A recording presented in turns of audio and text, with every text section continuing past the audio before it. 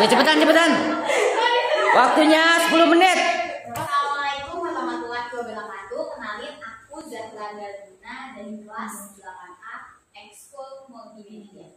Assalamualaikum warahmatullahi wabarakatuh. Nama saya Dinisha dari kelas 8D. Saya di sini mau mempresentasikan ulang materi dari pasal yang tadi dikasih. Dari poin-poinnya ada 4. Assalamualaikum warahmatullahi wabarakatuh. Kenalkan dan Karina dari kelas 8D. Di sini saya di sini saya ingin menjelaskan presentasi yang dari Kak Sudir. Bisa di hal tersebut disebut untuk menjadi diri sendiri. Tapi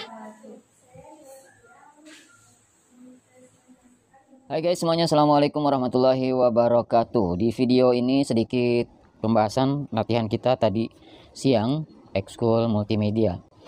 Jadi pembahasannya tadi siang itu adalah proses praktek melakukan presentasi. Jadi seluruh anggota yang hadir tadi saya latih atau mereka berlatih untuk melakukan presentasi yang materinya adalah mempresentasikan berdasarkan opini. Ada beberapa poin yang saya sampaikan. Yang pertama tadi adalah untuk belajar apapun itu, salah satunya adalah Ekskul Multimedia, harus hadir motivasi dari dalam diri masing-masing. Tanpa adanya motivasi dari diri masing-masing, kalian mungkin akan banyak sekali menghadapi tantangan kalau bukan dari diri. Contoh misalnya ikut multimedia itu karena ikut-ikutan. Kalau karena ikut-ikutan, kalau temennya nggak hadir, udah pasti biasanya tidak ikut hadir juga. Nah, diharapkan yang tergabung dalam Ekskul Multimedia hadir dari diri kalian masing-masing, bukan karena teman, bukan karena ikut-ikutan, bukan karena orang tua, bukan karena si doi. Nah, kemudian poin yang keduanya tadi harus sesuai passion, sesuai hobi. Saya kalau bukan karena hobi, bukan karena saya passionnya di sini, mungkin sudah lama tidak melakukan atau membuat video. Karena itu hadir karena passion saya ada di situ. Jadi saya mau membuat video yang sudah saya lakukan sejak tahun 2009. Di tahun 2009 saya membuat video tanpa ada di dalam frame. Itu semua juga mengandung kelebihan dan kekurangan. Pada tahun 2009 sampai 2015 saya tidak ada dalam frame. Siswa, orang tua atau siapapun tidak mengetahui siapa yang membuat video itu. Efeknya saya ya nggak dikenal oleh siswa, oleh orang tua apalagi. Di tahun 2016 saya memberanikan diri masuk dalam frame video yang manfaatnya sangat saya dapat banget. Di antaranya adalah siswa yang tahu saya membuat video, pada saat ketemu berpapasan di jalan mereka menyapa. Pada saat 2009 sampai 2015 saya tidak dalam in frame, siswa itu saya yakin kenal dengan saya. Saya seorang karyawan di MTS 6, tapi mungkin dia nggak tahu namanya dan saya bukan seorang guru, jadi kesannya mereka acuh. Bahkan ya berpaling, menganggap saya lewat berpapasan, menganggap dia tidak melihat. Nah, dari 2016 saya in frame, alhamdulillahnya saya lebih ikutan familiar, lebih banyak dikenal oleh siswa, oleh orang tua juga. Dan juga pastinya sama guru-guru di MTS 6 Jakarta juga. Poin yang selanjutnya adalah membuka wawasan lebih banyak lagi selain saya.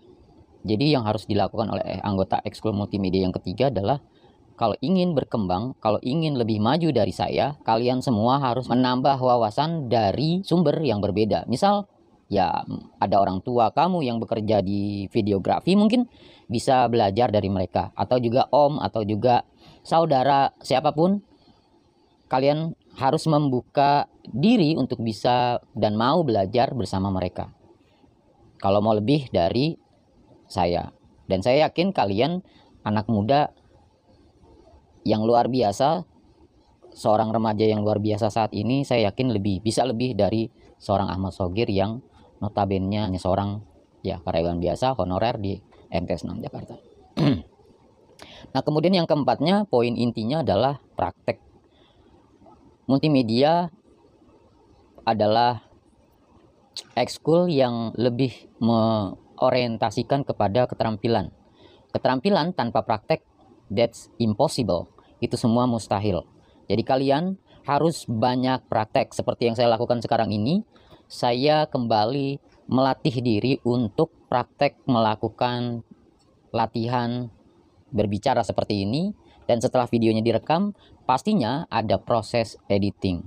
Nah, saya praktek ngedit, saya praktek menyusun mana yang salah, mana yang benar, yang salah dibuang, yang benar dimasukkan dalam video.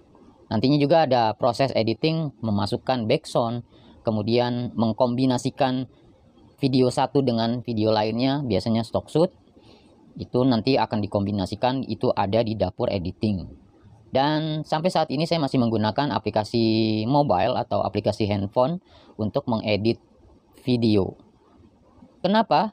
Ya, mengedit video di handphone jauh lebih instan, jauh lebih cepat proses editingnya dibandingkan menggunakan laptop atau PC. Sudah otomatis kalau kita mengedit menggunakan PC, kita harus membuka, harus memindahkan file dari memori ke komputer atau dari handphone ke komputer baru diproses editing. Itu menurut saya kurang instan. Jadi buat saya bikin ribet. Tapi memang ada kelebihan dan kekurangan. Pada saat kita mengedit di HP, pastinya kualitasnya tidak sebagus di PC atau laptop. Hanya saja pada saat laptop kita tidak sesuai spek yang direkomendasikan, sudah otomatis proses editingnya jauh lebih lama. Tapi kualitasnya memang jauh lebih bagus. Gitu. Nah, selanjutnya tadi saya memberikan kisi-kisi bagaimana cara mempresentasikan. Pada dasarnya mempresentasikan itu ada 3 dasar yang harus kita pahami. Yang pertama adalah introduce, memperkenalkan kalian siapa. Kedua adalah materinya. Materi bisa sampaikan seperti berita sesuai karakter kita masing-masing, atau bisa juga dengan konsep voice over, bisa juga seperti itu, bisa juga dengan review vlog. Banyak banget teknik atau metodenya. Nah, silahkan dipilih untuk mempermudah kalian untuk melatih presentasi. Itu bagaimana tekniknya, silahkan dicoba. Intinya memulai. Kalau kalian tidak mempraktekkan, kalau kalian tidak memulai, hasilnya pasti tidak akan diketahui. Perkembangannya pasti lambat dibandingkan dengan orang yang sering melakukan atau membuat sebuah video presentasi seperti ini. Semuanya adalah pilihan kalian semua, anggota ekskul multimedia. Saya hanya pelatih, hanya mencoba memfasilitasi apa yang saya punya, apa yang saya miliki, baik itu ada skill yang saya miliki ataupun perangkat-perangkat kamera, peralatan yang saya miliki. Nah, perkembangannya terserah dari kalian. Mau cepat, mau lambat, mau lebih dari saya atau di bawah saya, itu semua pilihan kalian. Gitu. Dan yang terakhir adalah closing. Jadi ada 3 tadi, introduce, materi, terakhir closing. Setelah materinya selesai disampaikan dengan singkat dan padat, baru closing. Closing ya pastinya bisa macam-macam, tergantung dari karakter kalian. Ada closingnya cuman saya pamit, bye. Ada yang kayak gitu, ada yang wassalamualaikum warahmatullahi wabarakatuh. Don't forget like, share, and subscribe. Itu bisa crossing seperti itu. Dan disarankan buat kalian anggota ekskul multimedia, silahkan membuat vlog dan diupload ke YouTube kalian masing-masing, biar saya juga bisa mantau perkembangannya, bisa melihat kualitas dari kalian berlatih. Kalau kalian tidak upload, tidak melakukan itu, ya saya nggak tahu, dan tidak di-share ke saya nggak tahu.